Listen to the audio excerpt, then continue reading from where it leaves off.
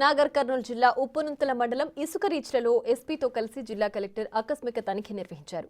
అక్రమ ఇసుక రవాణాపై కఠిన చర్యలు తీసుకోవాలని అధికారులకు సూచించారు.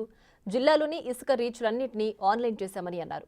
ఉదయం 9 గంటల నుంచి సాయంత్రం 5 గంటల వరకు మాత్రమే ఇసుక తవ్వకాలకు అనుమతి ఉంటుందని అన్నారు.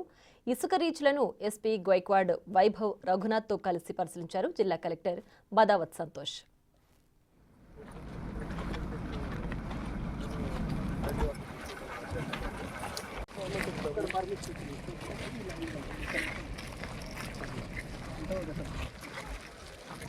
సేమ్ పేపర్ పట్టుకొని అక్కడ మళ్ళీ ఒకటే పేపర్ మీద తిరుగుతాం కదా, అట్లాంటి పేపర్ నాగర్ కర్నూలు జిల్లాలో ఇసుక రీచ్లను ఆన్లైన్లో నమోదు చేసినట్లు కలెక్టర్ తెలిపారు.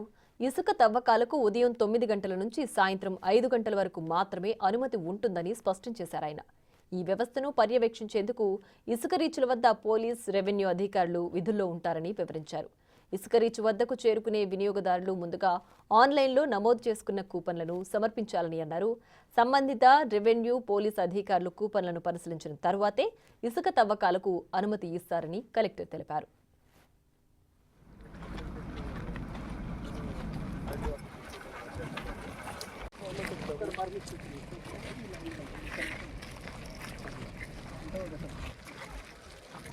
సేమ్ పేపర్ పట్టుకొని అక్కడ మళ్ళీ ఇసుక అక్రమ తవ్వకాలను అరికట్టేందుకు ప్రత్యేక బృందాలను ఏర్పాటు చేసి కఠినంగా తనిఖీలు చేపట్టాలని కలెక్టర్ సూచించారు.